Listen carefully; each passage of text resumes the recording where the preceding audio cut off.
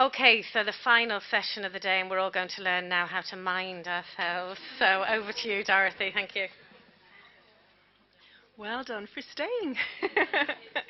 When I do these talks, they're always the ones I get least people for, and I think that is so typical. Parents are not minding themselves really well. So there you go. Parenting your differently able child. Again, I want to stress that this is not all a bad thing, because you can kind of think, oh yeah, it's so hard, it's so bad. But these kids can be so much fun, can't they? They can be the best ever. Like a tonic. I said to Tom the other day, you're a tonic. And he's like, huh, I'm a health drink? What do you mean? I thought, yeah, you just make me feel happy. So they're fun. They're full of love. There's lots of rewards. They can be remarkable. And for them, some of the tiny things they do are worth some of the huge things, the Everest other people will climb. Like a child who, for the first time, I was talking to a mum there about food and diet, a child who maybe tastes something for the first time, that's their Everest. And you know that, and you're real excited about that, and you get to share those joys. And they bring all that any other child will bring as well, don't they? So we start from that place where we're not all, oh, they're great kids. But you do need to mind yourself as well. It's really important that you mind yourself, like when you're in an aeroplane. I often used to think that that was a bit mad. What are we doing putting my mask on and not my child's mask? Until you think, oh yeah, if I don't have my mask on, I'm not going to get to my child's mask. We're all going to drown. So it's really, really important that you learn how to mind yourself. And what I'd like you to do as we work through these slides is take a mental note about what you're going to try. I'd love you to go home with nearly a safety kit and nearly ideas that you're going to do. I was saying there, I sometimes do that after these talks. I think, oh, I've forgotten that. I must start doing that again. Good self-care. We're going to talk about 4 ways you can mind yourself really, really well. The first is good nutrition. I'm smiling because I'd find that very hard. Love my chocolate. Glass of wine. But it is really important. Nutrition is really important. Exercise, in whatever form that might be for you. For me, it might be an hour walk, wouldn't be running, but whatever it is. Rest and relaxation and support, the right type of support. And we're going to talk about each thing in turn. What's wrong with that picture? Yeah. He's putting nothing into the car. So we can't do this unless we're looking after our nutrition. And it's probably I think it's the hardest thing to look after, because it's so easy to grab the packet of crisps or the other, like, second packet of custard creams, or whatever your fancy is. It's so easy. And we've already talked about what that does to our bodies. So the first way to mind yourself really well is to keep calm through your food. And there I am with my coffee there on the table. But it's cut down or avoid. But cut it down. I know people. I used to work in the mental health services many years ago, and I used to work with people, helping them manage their stress. And I remember working with one woman who came in, and I was checking her diet, 20 cups of coffee a day and no food. And I'm like, oh, this is so easy. Paid for old rope here, you know, and just even that little change, even if you think about how much coffee, can I get it down to 3 a day? Would most of you drink 3 a day, or would you be much more? Much more. Can you get it down, and can you stop drinking it maybe after about 4 or 5 o'clock? If you're not sleeping at night, think about, is it the caffeine I'm drinking? So avoid that. And of course it's in Coke, it's in a little bit in tea, it's in your coffee. It's hidden in a lot of things.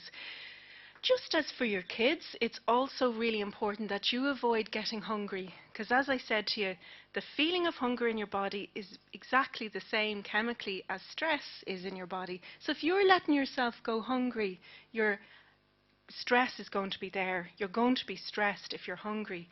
So, and there's all these fatty diets, and probably the women amongst us, we're probably the worst for these fatty diets, and we won't eat any carbohydrates, and we'll eat when there's a blue moon, upside down.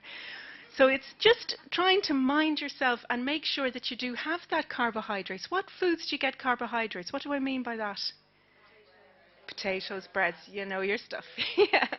So make sure you have a carbohydrate with every meal, because that'll stay in your body and that'll keep you from getting stressed. It stops those blood sugar levels spiking, and that's what makes you feel agitated and stressed, and much harder to mind your child when you're like that. So watch your diet.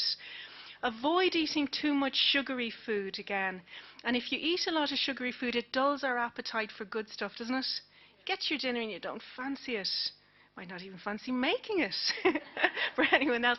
So try and avoid the sugary food if you can. And if you like your sugary food as a little treat, as I do, have it after your carbohydrate. Have it after it, so that it's not on its own and it's spiking you. Always have a breakfast. How many of you would always eat your breakfast? Yes, well done. See how I didn't ask how many of you wouldn't? Because didn't I say in the last talk we wouldn't? We focus on the positive. So always eat a breakfast, and watch that breakfast. Make it something good like I'd have now. I'm very good for breakfast. I always have porridge and grapes. It's one meal of the day I do so well in. So have a good breakfast, not a sugary cereal, not coffee and a sugary bun. A good carbohydrate breakfast is going to stay in your body, because your blood sugar levels are way down when you get up. And for those of you that don't eat breakfast, you're probably not going to get up tomorrow and eat porridge and grapes. Grade it. Start slowly. It might be you can eat half a slice of bread, and then you build it up until you're eating a proper breakfast. Why don't you have supplements yourself? Why not? If you're somebody who suffers a lot of stress, if you have a very stressful life, going in advocating for your child, doing all sorts of stuff, you probably need to be on a vitamin B supplement. Vitamin B is great for stress. And even the thing of going to the pharmacy and buying yourself vitamins is a self-care piece, isn't it? You're actually prioritizing yourself. You gotta take them, that's true. Yeah, that's another step entirely. Put them where your cereal is, or where you'd... So vitamin B, vitamin C is really important for you. Do you ever notice you keep getting sick? When you're stressed, your immune system depletes, it goes down. In other words, your white blood cell count that fights off illness is actually low, so you catch everything. So you want to up that with a bit of vitamin C, will really help that, because when you keep getting sick, that's a real sign that you're suffering from a lot of stress maybe. Fish oils are good for you as well, and vitamin D is good for you too. My GP goes on about vitamin D because he's from South Africa, and he says, Ireland, this country, there's no sun. So he's always, you've got to have the vitamin D. So for you, even going on those supplements would be really good, or eating a really good healthy diet. So that's the first thing you need to do, is to watch what you eat. So think about that. I'm going to pause for a second, and I want you to think about one thing. I'm not going to ask you, but I want you to think about one thing you can do from that slide. I'll count to 10 in my head.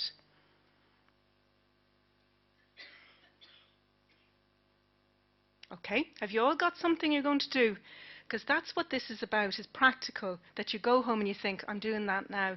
I'm cutting out that 12th coffee. Cutting that down. Now, your next thing you need to be doing to mind yourself really well, try and get a bit of exercise. This is a big ask for a lot of us, isn't it? And it's freezing out there. Oh my word, it's so cold and it's so wet. But is there any exercise you can do that's going to make you feel good and you're going to like it? And it doesn't have to be running a marathon. Some of you probably do that, but it could be just going on a walk. And somebody said to me, one of my clients actually said to me the other day, do you know what I do? I put my runners by the front door, and I always see them, and it's a queue. And she says, and I tell myself, I'll put them on and I'll go to the corner. And it's a trick, because when I get out, I like it so much I keep going. And actually, I found that too. If I tell myself I'm only walking to the corner, I often find I'll keep going. So it could be a walk, and doesn't it clear your head? When you're so stressed, stress is like, here, your body, say your body was that glass. When you're stressed, you release all these chemicals into your body, like adrenaline and cortisol, and they're really bad for you. And they're all released into your body like the water. It goes up and up. So what do you need to do? Yeah, I won't do that. You need to pour it out, and the best way to pour that out is through exercise. It gets rid of all those chemicals. If you're not doing that, they're staying in there, And then the next stressful thing is like pouring more water on. And if you keep pouring water in there, what's going to happen? You're going to melt down. You're going to get really stressed, and you're going to just end up in a heap in tears on the floor, in a puddle. We've all been there, haven't we? So you want to be doing a bit of exercise. So think about, is it walking? Will it be getting on your bike? Can you go swimming? Can you do this fabulous Zumba or whatever it is you're into? What might it be? Or going on a jog? And can you get, maybe you like going on your own, maybe you need the space, or maybe you need some help with that. So is there anyone who'd go with you? So think about that and maybe decide in your head what you're going to do there. I'll only count 5 seconds this time. 10 felt very long for me. Have you all decided? Now you're promising yourself this, and you're promising yourself this. You're making a commitment to yourself that you're going to mind yourself. You're going to do something with your diet. You're going to do something with your exercise. And maybe if you've never exercised before, you don't go out 7 days a week. And you don't go doing a marathon if you've never exercised before. Go to your GP and get a checkup. But do go on a little walk. I don't want to be sued. I love this. Isn't this so true? The time to relax is when we don't have time for it. Oh my word, that is so true. And you think, I couldn't possibly relax. I find myself thinking, well, I'm so important. I have so many important things to do. I couldn't possibly stop. And then you catch yourself on. You think, you're not kind of, everything in the world has not been held up by you. It's all right to drop it. It's okay to let things go and take time to relax. And that might mean an early night. That might mean you watch a movie or you do something. Now, one thing I would say to you, if you're in a couple, you need that rest and relaxation together. You really need to mind your marriage or your partnership when you have a child who's differently abled or any kind of stress on that family. Because what can happen is the two of you can become the parents, can't you? You're no longer lovers, you're no longer even friends, you're passing ships in the night. And if you do talk, you talk about your child. So rest and relaxation in that is, what are you going to do for in your partnership? If it's still there, what are you going to do to build that up? That might be, would you go on a date? And where would you go? And what would you do? And date night might be when the kids are gone to bed and you have a takeout in front of the telly. That might be it. But something that you can do to rest and relax. Now, here's some ideas for you. Do you ever hear of mindfulness? Yes. Mindfulness is a lovely thing. I gave a talk on this. I didn't do it today. I should have done it, but I thought there'd be too many people. And actually there are, because I brought a box of chocolates with me last time I gave this talk. And we ate the chocolates mindfully. And what I did was I gave everyone a chocolate onto their hands. Now, you'll have to use your imagination here. So they got the chocolate on their hands, and I got them to imagine they were an alien from somewhere else, and they'd never seen a chocolate before. And it's on their hands. Can you imagine it now, looking at the chocolate on your hands, appreciating the colour of the wrapper, how the light goes off the chocolate, and then smelling it, and then opening the wrapper, looking at the chocolate again, the colours, smelling it, taking your time with it, shaking it to your ear. Does it make a noise? What's the smell like? Then putting it into your mouth, but only in the side of your cheek. Don't chew it yet. Let it melt and feel the taste of the chocolate. My mouth's watering now. And then swallow it. And that's mindful eating. Because what do we normally do with the chocolate? And then another one. We'd have 5 eaten before we'd have 1 eaten. I like mindful eating. Some people do mindful washing the dishes. I wouldn't be as into that, where you're washing the dishes and you're real slow at it and you're taking your breath. But all it means is you're in the present moment. You're trying to get yourself in the here and now, because we're usually 20 days ahead of ourselves. We're thinking what's next week, what's tomorrow, or we're regretting something we said, or we're never in the present time. So mindfulness might be something you want to practice. Deep breathing is another thing that's really important. So I'm going to show you the deep breathing. Oh, it's not on. So deep breathing, like the brilliant tool you have for your kids now, rolling the big ball over their back. This is your kit, your tool for your toolkit, and you can use this even when you're in the traffic on the way home and you're getting stressed. It's deep breathing. A lot of you probably know how to deep breathe. But if I ask some of you to take a deep breath, you do this. That's not a deep breath. You've got your lungs. Under your lungs is this big thing called the diaphragm, like a big elastic band. When you breathe deeply, that goes down. So your stomach should go down and out. We're going to try this. I want you to get both feet on the ground. You need this now to the day pad. Put one hand on your chest, one hand on your stomach, and become aware of your breathing. You can close your eyes if you want or not, whatever you like. Become aware of your breathing, but don't change it in any way. Become aware of which hand rises first as you breathe in. The hand on your chest or the hand on your stomach. Now I want you to imagine that your stomach is a balloon, and as you breathe in, your stomach is rising. Breathe in. And as you breathe out, you're going to breathe out making a small whooshing sound. So breathing in through your nose, out through your mouth.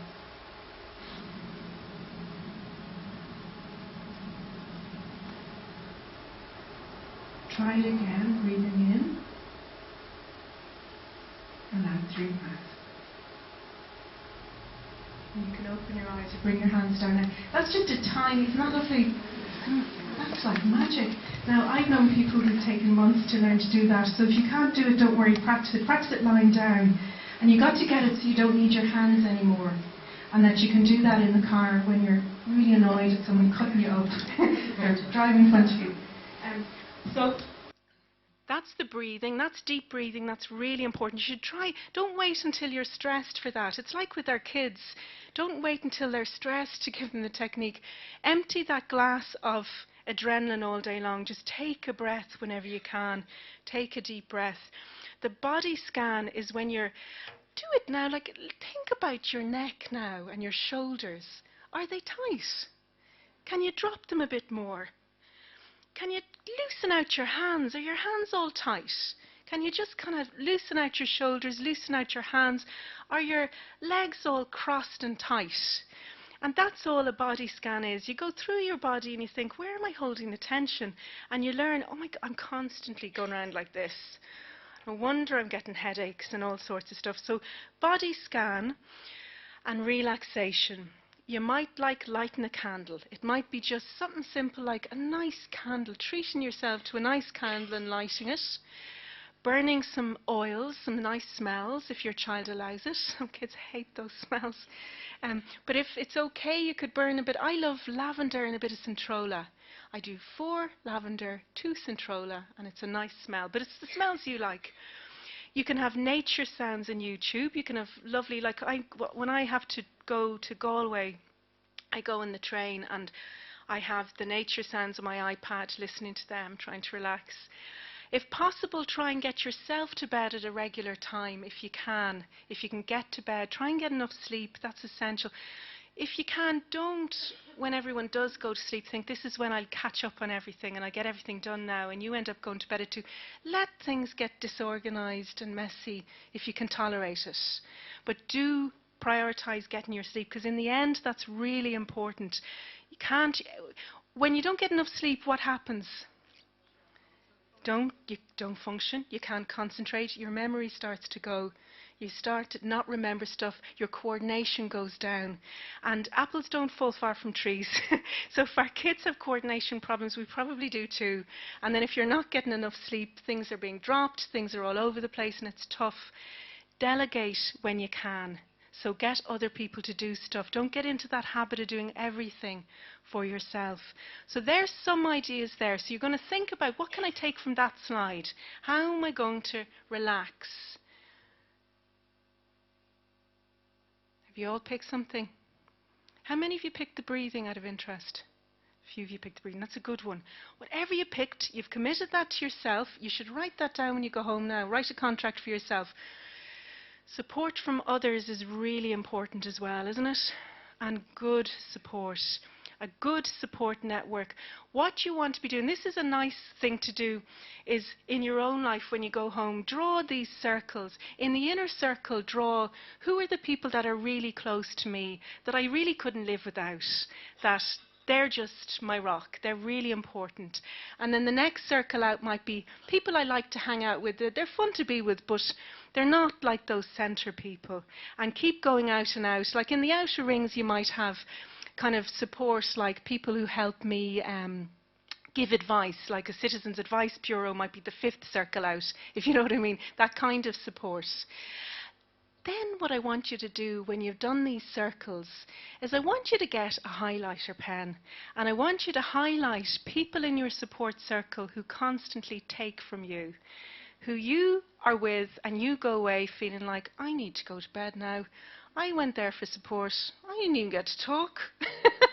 They're after telling me everything, I'm wrecked.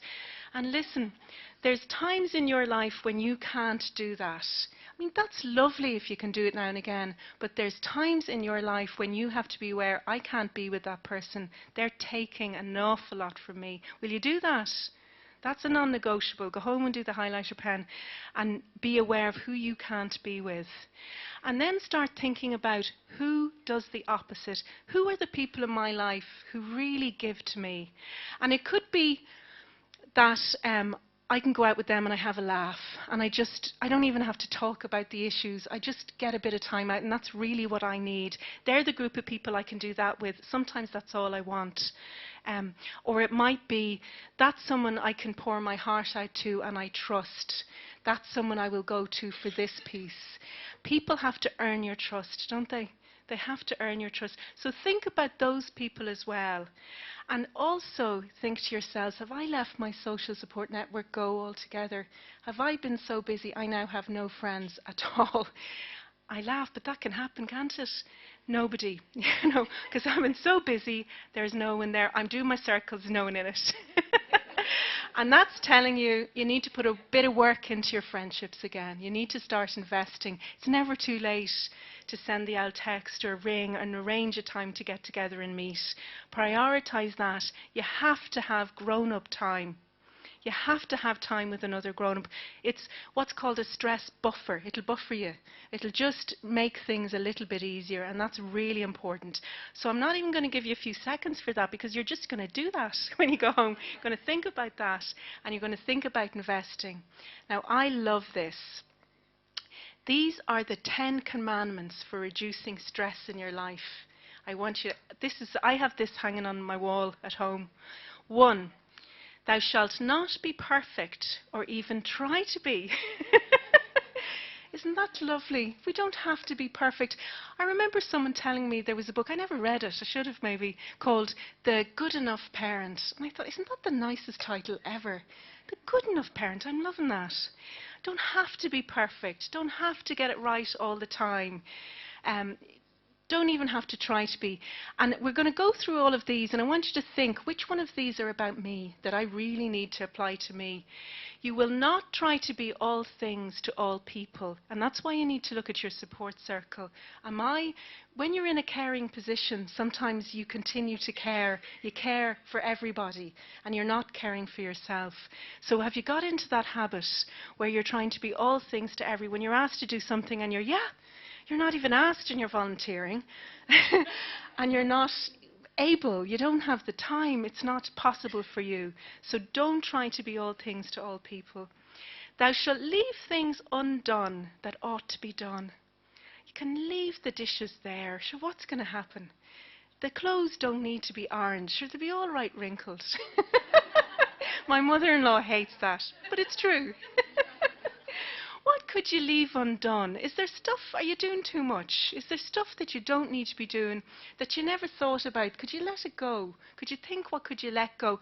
If you've so many roles to juggle, so many jobs to do, take a life inventory after you've done your social circles thing and think, what can I let go of because I'm not managing? Is there something that can go here? What am I going to choose to let go of if I need to?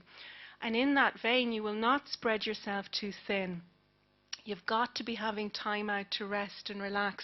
You've got to have time. Do you know that lovely grounded feeling? when you feel like, oh, I'm in my body. Do you ever feel you're not even in your body? You're all over the place. So that's, if you're feeling like that, you've spread yourself too thin. You're all over the place. So what can you do to give yourself a bit of space? This is really important. You will learn to say no. Thou shalt. My mum used to say to me, Dorothy, don't say yes. Say, I'll think about it. That must have been her behavioural programme for me.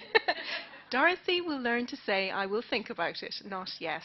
Do that for yourself. Learn to say no, or at least I'll think about it. Don't let yes be your first response to everything, is what I'm saying. You know, give yourself space to think. You will schedule time for yourself and your supportive network. So there will be time for you. You will, if you have to, get a diary and put it in, like you would your children's appointments. This is the time I'm having, you know. This is what we're going to have for ourselves. You will switch off and do nothing regularly. That's important. That might mean binging on Netflix. Yeah? You're allowed. You know, it's okay. You don't have to be productive. And neither do your kids. We often think, oh, they have to be productive. They've got to be doing all of these goals and constantly. They shouldn't be doing this for too long or that. Maybe they need a bit of chill space as well. And so do you. We don't have to be achieving all of the time. Switch off, Netflix binge, or whatever it is you do to switch off and do nothing regularly. I love this. You will be boring, untidy, inelegant and unattractive at times. You can just let it go. Go out. Oh, do you know people go out in your pajamas, your tracksuit? It's okay. It's all right. You don't have to get to the school gate. The school gate's the worst, isn't it? Oh my goodness, the school gate and those intimidating mums. But you don't have to be. You will never, oh, if only this was possible, you shall never feel guilty. Isn't guilt an awful waste of time? Trying to, when you start to feel guilty, kind of ask yourself, am I asking too much of myself? Do I think I am the Messiah? Could I be wrong there? Because sometimes we're guilty because we're asking far too much of ourselves, aren't we? So letting go of guilt, especially, and this is really important, you will not be your own worst enemy. You will be your own best friend. Because let's be honest, sometimes there is no way we would do to others what we do to ourselves. We wouldn't speak to others the way we speak to ourselves. We wouldn't give to eat to others what we eat ourselves. We wouldn't drive other people the way we drive ourselves, and that's really important. Now, I want you to look at that, and I want you to pick at least one thing that's really important for you that you're going to commit to yourself to remembering and acting on, and I'll give you a few seconds.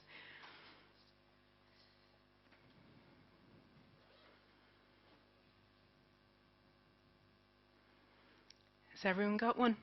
Good. So what we've talked about is, now you should be going home, it would be nice if you were going home and you were thinking, there's something in my nutrition I'm going to change.